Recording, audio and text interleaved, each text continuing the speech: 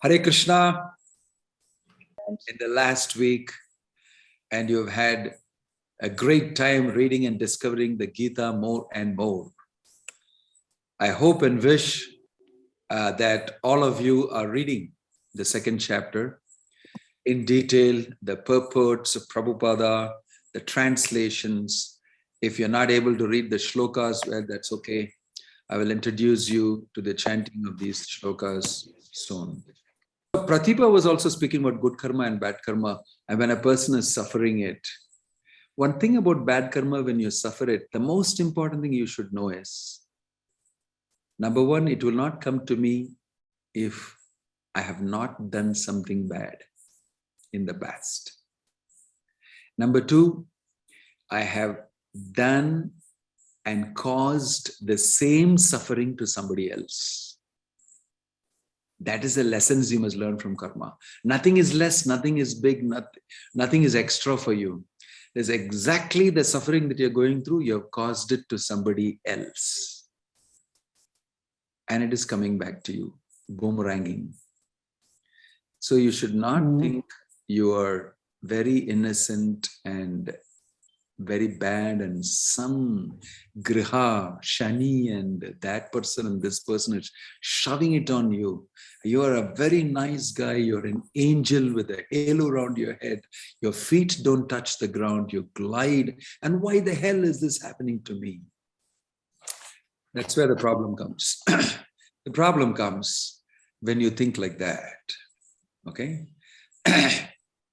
So thank you.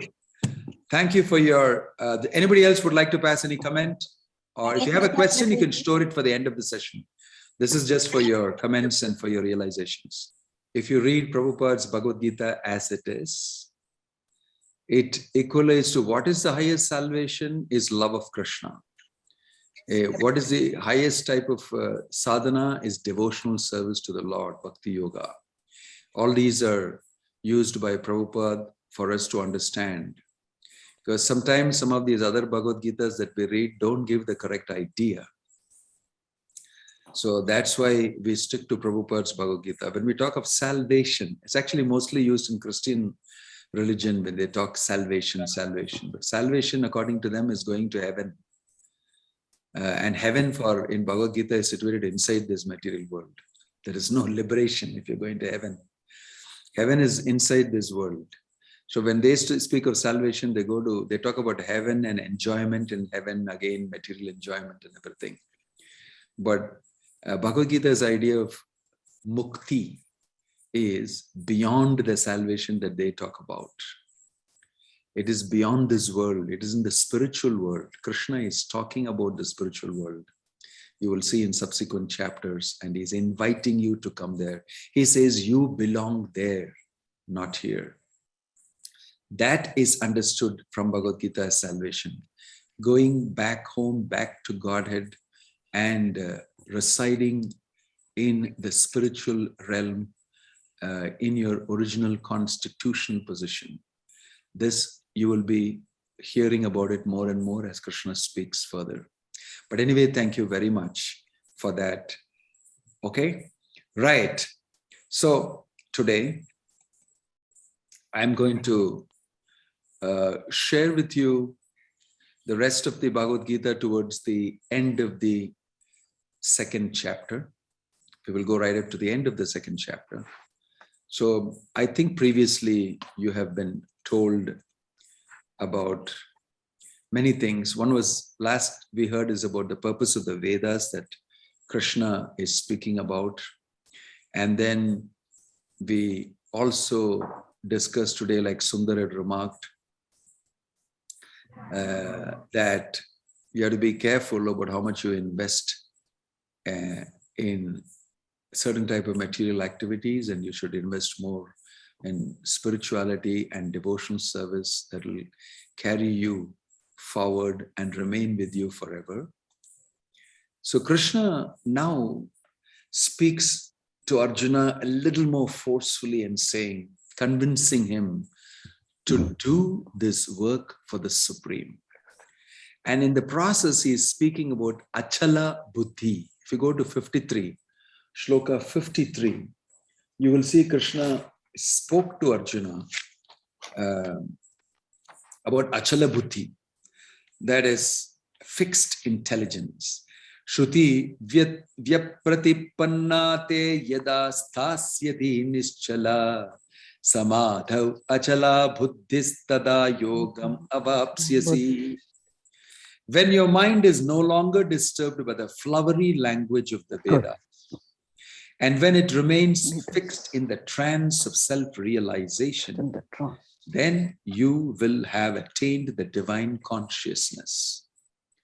So Krishna is speaking about Achala Buddhi, and therefore Arjuna, in 54, he asked that questions. Arjuna vahacha stita prajnasya ka bhasha samadhistasya keshava stitadhi kim prabhasheta kim asita vrajeta kim.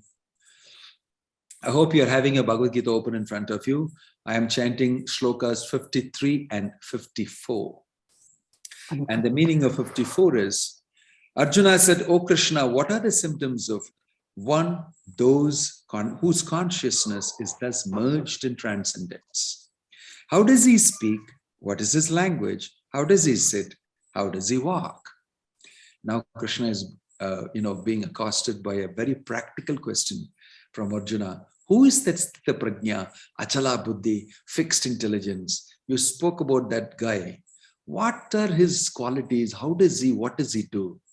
It's because Arjuna asked this question. He wants to know more about that person who's fixed in the Supreme, who is got his senses and mind controlled, who focuses on serving the Supreme. What are his qualities? So then, therefore, Krishna starts describing the qualities of one who is Sthita Prajna. Because that is the question. Sthita Prajna Khabhasha Samadhistasya Keshava. Oh Keshava, what is this guy called Sthita Prajna? Can you explain more to him? And so Krishna is starting his explanation from 55 onwards. And he gives a complete information. So I think you may have read this. But I'm summarizing it here briefly. There are many more points. Sthita Prajna is one person who's not moved by things happening around him. You know what is the meaning of Sthita Prajna? I'll put it in simple words. All this time, from first chapter to second chapter onwards, we have come to learn that I am a spirit soul, not this body. So a Sthita Prajna is a person who is fixed in that identity. I am not this body. Body is external to me. The mind is external to me. The intelligence is external to me. I am spirit soul. So he keeps himself on that identity. I am spirit. And he controls his mind, his subtle body, all these pullings and pushings. And he fixes himself on that spiritual platform and operates from that platform.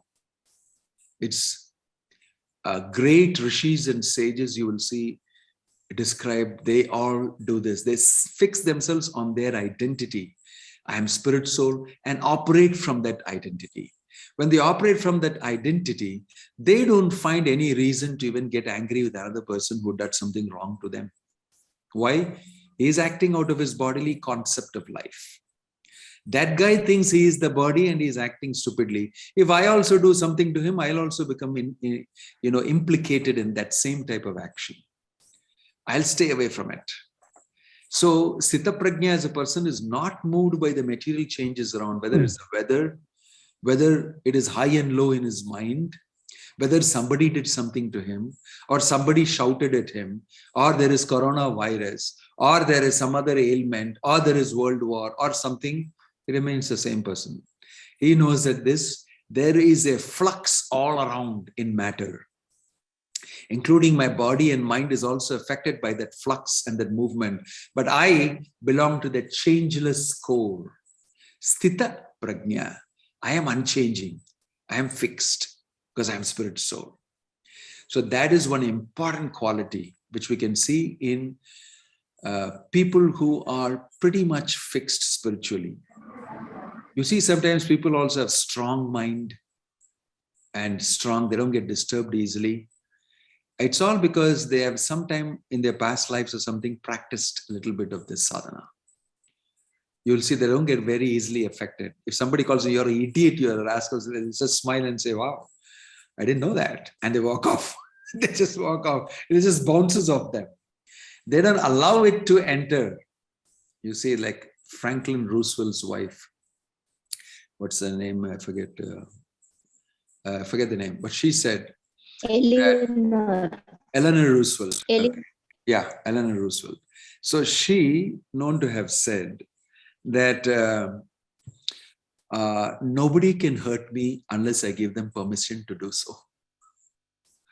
It's a very interesting thing. I found that to be very interesting. So I decided not to allow you to hurt me. That's my decision. You can say anything you want. You can do anything you want.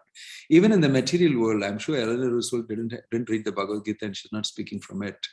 But they also understand that if we don't take in what people tell us and we don't value it, then how does it affect us?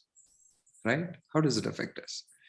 So you can extrapolate that to a Sthita Prajna who actually knows what's happening, who knows I am spirit soul, and that guy is another spirit soul who has forgotten that he is spirit soul and is acting on the bodily platform. If I also go and react to him on the same platform, he hits me, I also hit me, I get drawn into that material platform. I'll stick around mine. So that is a person not moved by material changes of any sort, not kindled, not provoked by anything material. He is fixed in the Supreme. The Supreme is described here as Krishna. Aham sarvasya prabhavo mattah sarvam pravartate. Krishna describing himself in Bhagavad Gita. From me comes everything, both material and spiritual. So you can't at any time, disturb such a person. He is not moved in any way. Okay, sorry about that disturbance. So fixed in the Supreme means his consciousness is fixed in Krishna. His consciousness is fixed in Krishna. He is not only is he fixed on his spiritual platform, he knows from that platform what activity to do, like Krishna has been mentioning to Arjuna. You do it for the Supreme. Then you won't feel anything, all these things. Because of your service to the Supreme, then you will be perfect. There'll be no karma, there'll be no sinful reaction. You would have done your duty and people will speak good about you, and you have all the benefit of going into your real investment, your permanent investment. Right? That's another quality. Then control of the senses and mind, we're going to speak more about it now. In fact, that is what Krishna elaborates on. Because for people like us, that needs to be elaborated. Mind control, senses control will come in repeatedly. That's a very important aspect. So today we're going to talk a little bit more on sense control and what is the mechanism that goes behind and makes us do the things that we do. You will understand more of it as you move ahead into the 13th chapter and the modes, 14th chapter, everything. But right now, Krishna is giving a preliminary overview of everything in the Bhagavad Gita, right? So in a fundamental way, we can try to understand. And in a few minutes from now, I'll get into that. And the fourth thing is, does not have to perform for sense gratification. His thrills in life, his goal of life, his happiness is not dependent on his gratification of his senses. I've got a good sexual experience. I got good food to eat. I got wonderful music I heard. I smelled some nice perfume. I need all these things and gratification through my senses. Then only I feel happy and I feel I'm going good. He doesn't need it. He doesn't value that type of material gratification coming through the senses and the sense objects. For him, he knows that is temporary. Like we heard earlier, Krishna telling Arjuna that these winter and summer seasons come and go, and the person, titiksha swaka, he says he just tolerates it. That person is a Sthita Prajna. He knows these are all changes in the outside. None of these things can actually affect me as spirit soul. But if I allow it to affect, it will. If I forget myself as spirit soul and I be in the illusion that I am this body, then definitely I'll get affected because my body is getting affected. I'll get affected. But if my identity is invested in myself as spirit soul and not in my body or my mind, then how will I get affected? I won't get affected, right? So a person who's fixed, it doesn't find any thrills out of his bodily gratification, mental gratification, intellectual gratification. His gratification is on the spiritual platform. I am spirit soul, and I want to connect with the supremely ecstatically happy person, the supreme person, Krishna. My kicks come out of that. I get very amazing bliss out of that. So all these things are nothing for me. They pale away, like Prabhupada uses it. The material things become pale and stale for a person who's fixed in the higher taste of Krishna consciousness, right? So these things we will examine a little bit more. Gratification of the senses. Through the skin, through the tongue, through the eyes, through the nose. This is what material life is made of. All the material world can offer us is this great illusion that you, spirit soul, stuck in this body, can get this happiness through the body and the senses and the mind. That's all you can get. But higher dimension than that, you will never get. And since you're spirit soul, you will get frustrated with this type of so-called enjoyment. Because your mind and your intellect will start questioning it after some time. It is just that you have no other go and you repeatedly do it and satisfy yourself. This is the be all and end all. I don't have any other type of happiness. Because nobody has exposed you to any other higher taste. Krishna talks about it now. And he said, if you get this higher taste, this taste will pale into insignificance, right? So what does such a Sthita Prajna actually do to control his senses? He is a smarty, means he really knows what to do and what not to do. And he knows where there is danger. If you've seen a tortoise, the behavior of the tortoise is being described by Krishna as an example. Very beautiful. Yada samharate chayam kurmongani vasarvashah indriyan indriyatebhyah tasya prajna pratishtita. If you go to Shloka 58, there Krishna is describing the Sthita Prajna. He knows how to use his senses. He won't invest them in sense gratification with the matter. He will pull it in. Whenever there is matter around and the matter objects and material objects trying to attract him, his limbs will go inside. He will not use it. You've seen a tortoise? The tortoise can go, they say play turtle. the tortoise can completely withdraw his limbs and all you see is a hard shell. Whatever you do, bang it, kick it, it's so hard, nothing will happen to it. You can't affect the tortoise because of the shell. And only when the coast is clear and nobody is there, when he needs to use it to walk up to the water or walk up this thing, he will use. Otherwise, he will go cookie. He'll just wind up himself inside. Krishna is using that example and saying here that the Sthita Prajna, this is what he does. He will very carefully utilize his senses. He knows where to withdraw it and where to exercise it. That is the meaning of sense control. Sense control doesn't mean denying to the senses completely and making them non-existent. That is not possible because we live inside this body. But what is possible is learning how to utilize them properly so that it is conducive to my spiritual growth. He won't foolishly invest the senses in the sense objects. He's a smarty. He says, wow, this is dangerous. Boom, he'll withdraw. This is okay. I will eat prasadam offered to the Lord. I will dance and chant to the music of kirtan. I will, indulge in this association of devotees because they all are Krishna conscious and they all read Bhagavad Gita and we discuss things. I make friendship with them. But when he gets to see that there is enjoyment of the senses that will drag him down, he'll pull his senses inside. If he's in a club, If he's in an office workplace, you'll see he'll be to himself and he will do his job very nicely and he will be very nice to everybody and say, yeah, very good, but he never give himself up too much. You know the story of the crocodile and the monkey, right? The Panchatantra tale. I normally say that. It's a very interesting tale. Very interesting tale. This is association. How a devotee is, Sthittaprajni is very smart in his living in the world. He won't give himself inside the material world. So this story of the crocodile and the monkey is very interesting illustration. Crocodile and monkey were friends. And the crocodile will come and the monkey will jump from the tree onto the back of the crocodile and he'll take him around into the lake. And they have great fun. He'll be sitting on the back of the crocodile, get a free ride.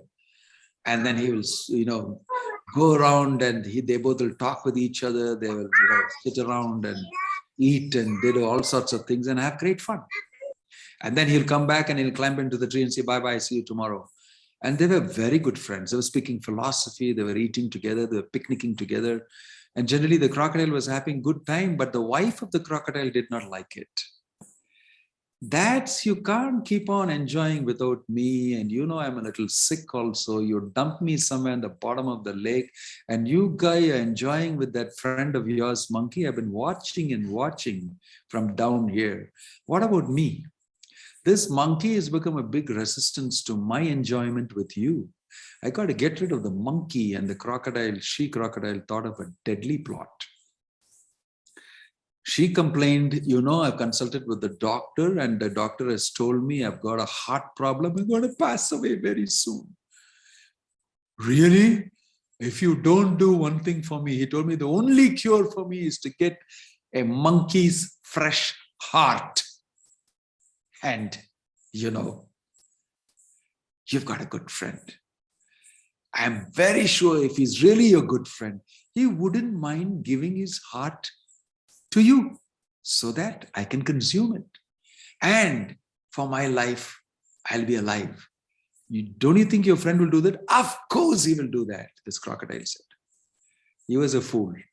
Of course he will do that. Of course I can ask him for the heart, he'll give me. And so he went to the crocodile and said, come over. Just come over.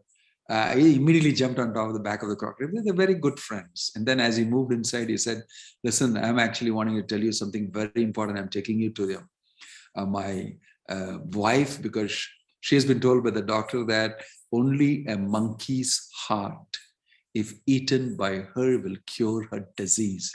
Wow, why did you tell me that? Immediately the monkey said, why did you tell me that? I left my heart in the tree, yaar. I just want to give you. Please get back. Immediately, let's do it. I am all out for you. A friend like you, will I not help you? And the crocodile smiled. I thought so. I thought so. He's such a good friend. And took him back to the tree. And the monkey immediately climbed the tree and said, excuse me, my dear crocodile. I've changed my mind, I think I may not be into it, but you're my good friend. But, for today, let's meet tomorrow. Let's think about it. I need some time to think about it. He got away from it. So this Panchatantra tale is something that I enjoyed in my younger days. Very smart monkey like that. But actually, if this parallel you take, don't give the heart of yours to people whom you associate with in this world. Don't have to give your heart to them. You just be smart and give just enough to them. That's what is the meaning of Yada samharate chayam kurmanganiva sarvashah. When there is danger, he will wind up, boom. This is not going to work good for me. So the monkey also was smart. It just wound up and, the crocodile is foolish. So he didn't get him. Same way, when we move in the world, we meet all sorts of situations and places, but the Sthittaprajni, is where to invest his senses. He's very careful about it. So that's what Krishna is telling us here, using this example. And Prabhupada is also using the example of the snake charmer. In the purport you will see. The fellow is so good, his senses are so much under his control that he can, like the snake charmer, make the senses dance according to his tune. Means they're under his control. Okay. So please read that. Gita Kishore. Gita Kishore.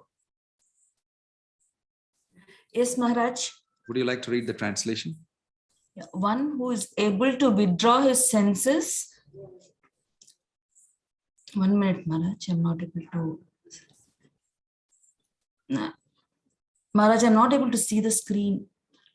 Oh, okay. You can't see the screen. You're on your phone, huh? No, I'm on my. Others can see my screen? I can see now. Okay. One who is able to withdraw his senses from sense objects, as the tortoise draws its limbs within the shell, is firmly fixed in perfect consciousness.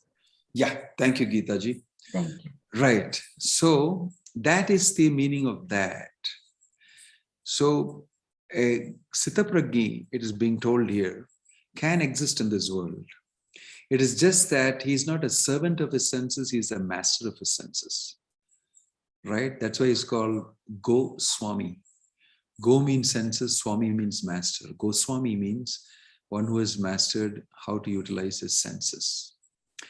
So engaging the senses in the service of the Supreme Lord is the best way to get out of the temptation to engage yourself materially in this world.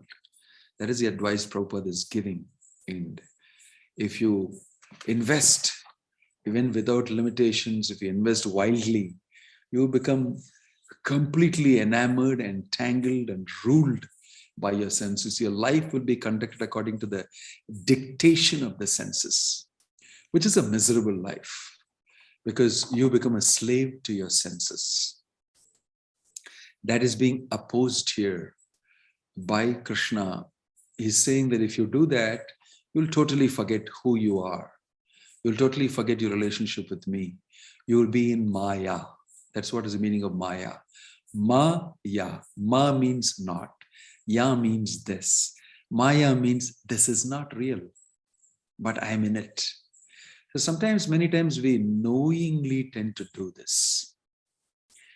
And we should practice this to get to know what it is. It's a higher taste. Vishaya vinivartante niraharasya dehinaha raso varjam rasopyasya param drishtva nivartate.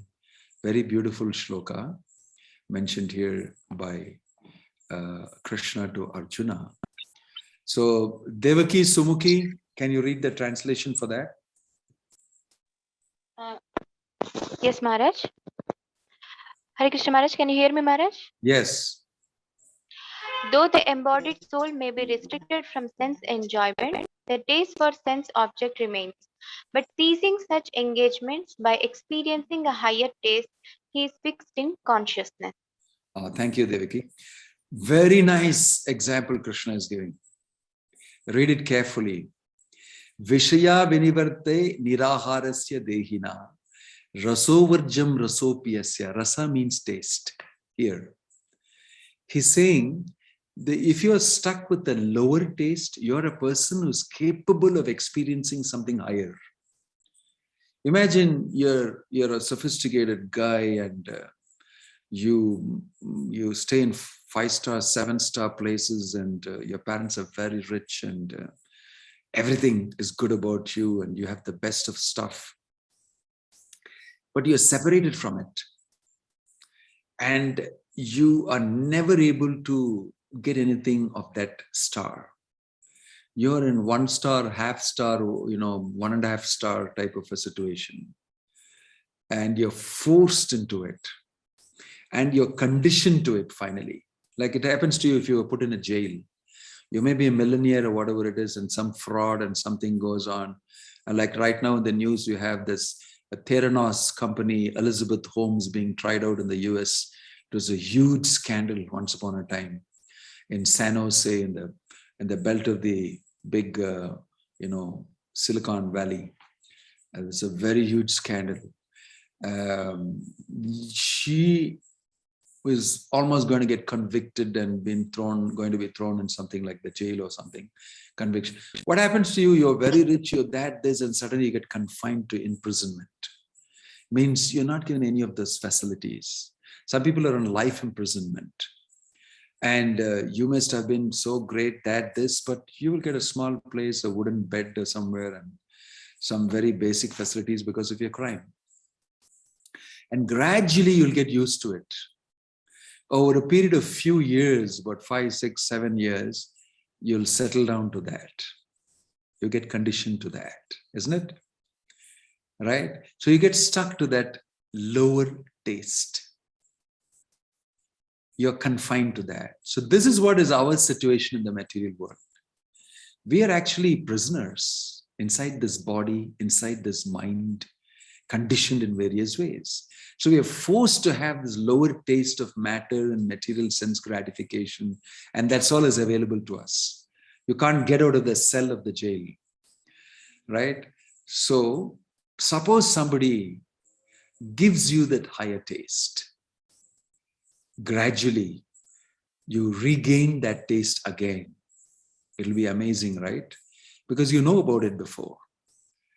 And now you're so conditioned that you've forgotten once upon a time, long back, 25 years back, I was in the 7-star place and I had a big business, but now I've been, I've grown a beard and I've grown so thin and it's been 25 years, I don't know.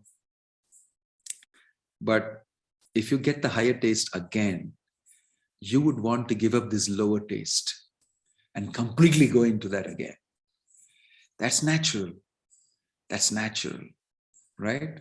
In fact, you utilize it all the time, even to your kids. Some of your mothers may be using this. I normally give this example of, sometimes you see your kids, you're busy in the kitchen or something cooking, or busy attending to your grandfather or your grandmother, and your kid is out there, he's just barely 1.5 years old, and you've thrown him on the floor on a big mat with a lot of things for him to play with, Lego and this and that and everything spread around, and he goes boom, boom, boom, and climbs the shelf, and then he opens the shelf, because I've seen mom hang around with a scissor here. She uses the machine and stitches things for me and all that. I like that crick, crick, that sound, she does that. She hides it there inside. And so mom is very busy. The guy is very mischievous. So he'll put his hand inside and take out the scissor. And such a discovery, you see the brightness on his side. Wow, this is what she's using. But the guy must be really small fingered. But he's started using that and he's doing that. And from there, his mother says, "Wah!" And it comes running to him. And then he said, "I'll not give it to you. I'll not give it to you. I want it." And he starts crying. He doesn't want to give it. He doesn't want to give it. Then what can she do? She can't pull it out. He may hurt himself. And he's already started, "Don't take it out of me," type of thing. These kids are deadly. They'll not give it to you because they want to do what you're doing, what they saw you doing. So what the mom does immediately is she take out chocolate. And so, "See, you want this?" And moment he would drop that scissors and lunge forward to the chocolate. You use that. You give, here's the higher taste. You want the scissor? You want a bar of chocolate? Which one do you want? Obviously, I want the chocolate. I'll dump the scissor. You give me a higher taste, I'll drop the lower taste. It's natural for the soul. So you give yourself a higher taste, Krishna is saying. You guy, you're just enjoying matter, but you're spirit. Through the medium of the body, you think you can enjoy this dead, lifeless matter. This is low class. You are spirit. You can have a spiritual enjoyment, spirit to spirit. And he's inviting you to the higher taste. So Krishna is telling here the science, if you get to the higher taste and start tasting it, you will automatically drop the lower one. So all your habits you have developed, I am addicted to alcohol, I'm addicted to smoking ganja, I am addicted to this smoking, I am addicted to that eating in this place, I'm addicted to overeating and I'm obese, I'm addicted to this, that, so many habits. It's all because there is nothing higher to do for the soul. But if you get that higher taste, these things will automatically fall off by themselves. Why? Because the soul lunges forward to get that. That is really enjoyable. On the platform of the soul, Ananda, bliss. That's being hinted upon here by Krishna. He's saying, get to that. You don't know. I am the creator, I'm telling you, you have that original high taste. Why don't you rekindle that? Right? So, if you get a higher taste, you're saved. Okay? You're saved. So, who wants to read this? Sri Devi? Sri Devi, you want to read this? Translation on the screen. Hare Krishna Maharaj. Yeah. Though the embodied soul may be restricted from sense enjoyment, the taste of sense objects remains. But ceasing such engagements by experiencing a higher taste, he is fixed in consciousness. Thank you. So the way to remain Sthita Prajna is to try to develop a taste for Krishna consciousness. Try to develop a higher taste for chanting the name of Krishna, for reading the Bhagavad Gita, for indulging in the philosophy, discussing, associating with such persons who are tasting higher things, and remaining absorbed in this. Gradually, as the taste grows, the other small things will become pale and not at all worthy of our attention. Okay? So, but artificially, if you stop it, Krishna is warning that also. You can't artificially stay away from senses and sense objects without getting a higher taste. If you don't have a higher taste, you'll find it extremely difficult to control your senses and this attraction of the sense objects. That's the main point here. You can artificially restrict externally. Some yogis do that. And Prabhupada gives in the purport the example of Vishwamitra Muni. Because he was not fixed in the Supreme, in Krishna as a bhakti element. He was trying to artificially do tapasya and control. And then Menaka was sent from the higher planets. All Menaka did was just take few steps, clink, her anklets, sound of the anklet, belly heard. He opened his eyes and saw the beautiful Menaka. And that his senses leaped out. And he stopped his penance, everything, he threw everything away and just ran away with Menaka. So your senses leap out if you're not fixed in the Supreme Personality of Godhead, Krishna. That's what is being mentioned here. So if you've read the purport, you'll know the story of Vishwamitra Muni. So then Krishna goes further to describe the mechanics of how this happens. This is really interesting. He said, what is actually happening there? Developing a habit or getting stuck with the sense object? What's the mechanics behind? Because this is a body and there is a mind, intelligence and ego. And how does this machine work and process this attachment and attraction? How does it process it? So this is very interesting. Krishna goes deeper to explain to Arjuna matter and the soul's entanglement and how it gets entangled, the mechanics of it. Dhyayato vishayan pumsah sangasteshu pajayate sangat sanjayate kamah kama krodho bijayate krodhat bhavati sammoha sammohat smriti vibramah Smriti Brahmshat Buddhinasho Buddhinashat Pranashyati. The number here is wrong. It's not 2.59. It is 2.62 and 63. Okay.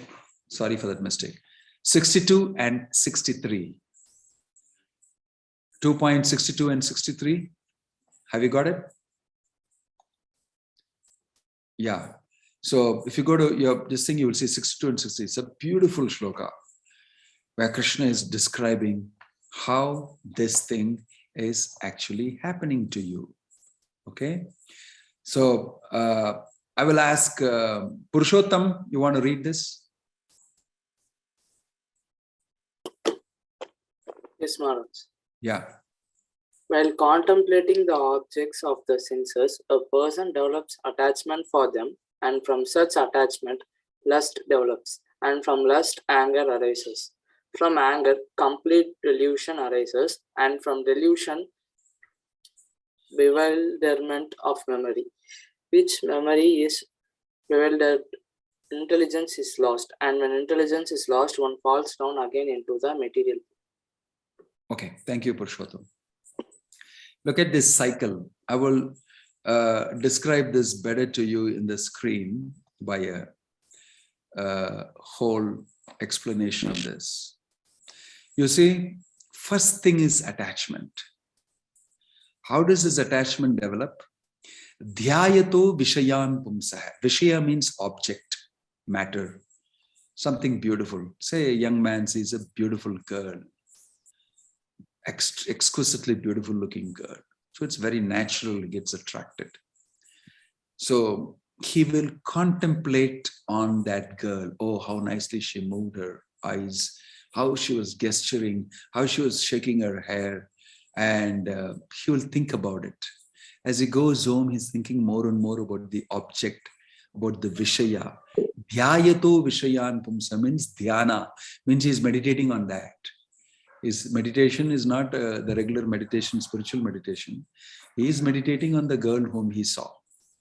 So Dhyayato Vishayan Pumsa, whatever that object may be, it may be even a Rasagulla or Gulab Jamun. You can meditate on that. Dhyayato Vishayan Pumsa. Sangha steshu pajayate. You have started your association with that material object through your mind. Okay? And then the more you think about it, the more slowly attachment develops. Attachment means what? I like that. I want her. I want to go and talk to her. I want to eat that gulab jamun. I must go and buy it. I must, I'm salivating in my mouth. You start meditating on it. Your body will want it. Your senses will want it to enjoy it. So attachment develops an intense desire. Dhyayato vishayan pumsah. Sangasteshu pajayate. Association with that object. Sanyat sanjayate kama. Because of association with that object mentally, kama, desire, intense desire develops. I must get it. Right? Sanjat sanjayate kama. And when you don't get it, kama krodho vijayate. That desire intense will become anger. Nonsense, I'm not getting it. I proposed to her and she didn't bother to reply to me. She doesn't look at my face. Who do you think I am? I'm a nobody. Well, I'm going to somehow get it. You become angry. Then if you are angry, you will lose your intelligence. Krodhat bhavati sammoha. Everything becomes confusing and bewildering to you. Sammohat smriti vibramaha. So you're out in a party and you're with somebody else and that girl is there with somebody else and she's freely talking to another boy, and then you get damn angry with that guy because that guy is my friend. These are regular stories you'll see in all the movies and real life happenings also. So I'm taking that example. So you will see that you're getting angry and somebody else is talking to you. I say, what's happened? You look a little moody and you're wrinkling your brows and what's happening? Something? Oh, nothing. Just can you hold on for a second? I'll just come. And then he goes there. He goes right up to that girl and then that boy and he said, what are you doing? And he starts talking to her and talking to him and his anger mounts. Sammohat smriti vibrama. He loses his memory of where he is, who he is, what situation this is. Smriti Brahmshat Buddhi Nasho. Then you lose your intelligence. Then you turn around and slap that fellow. Buddhi Nashat Pranashyati. You do some horrible thing. And she screams and runs. And you run behind her. Whole party is disturbed. You make a mess. You make a big mess. Okay? This will happen. Loss of intelligence causes fall down. You'll do something crazy. I'm giving you a milder format of this. You'll read in the newspaper that fellow will actually kill her, knife her, and dump her somewhere in this thing. You did not answer my call. You didn't respond to my love letter written to you, or whatever it is. You hear the stories all the time. But this is what is happening behind. Dhyayato vishayan pumsah. So what does the Sthita Prajna do? At the stage of dhyana itself, boom, he'll cut it off. Nip it in the bud. He will cut it off at that stage itself. And he will indulge himself in a higher taste. Or he will never get attracted to it. I've seen plenty of it. This is not attracting me anymore. Because he's got a higher taste. He is hearing pastimes of Krishna in Vrindavana. He's hearing gopis' pastimes and the pure love of the gopis. And he thinks this is nothing. This is just cheap tinsel compared to that amazing pastime of Krishna in the Ras Leela with the gopis. And this lady trying to, hook me up is, I'm not going to respond to that because it's not interesting to me. You may be Miss India, but I am not going to miss you in any way. You may be Miss India, but I'll be happy to miss you because I am attracted to Krishna.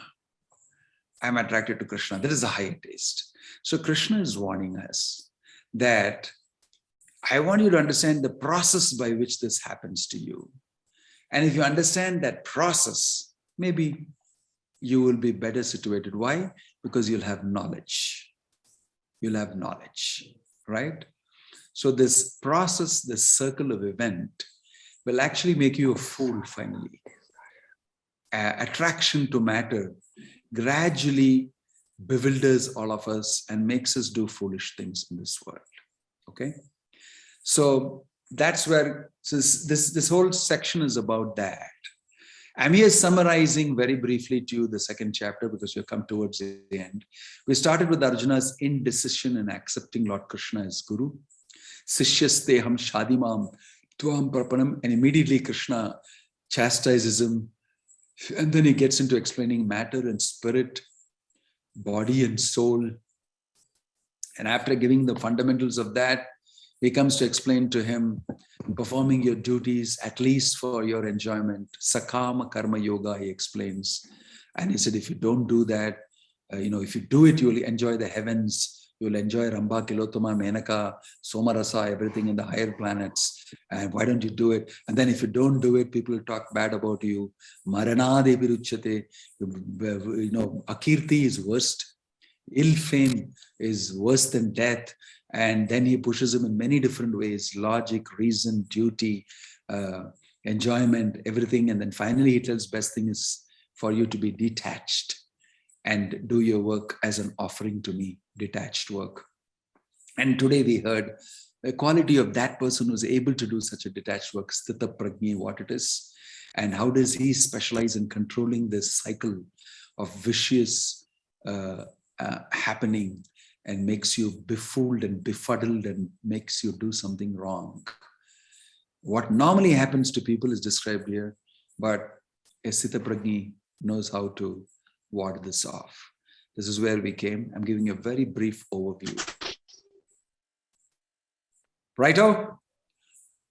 Place open for questions or comments.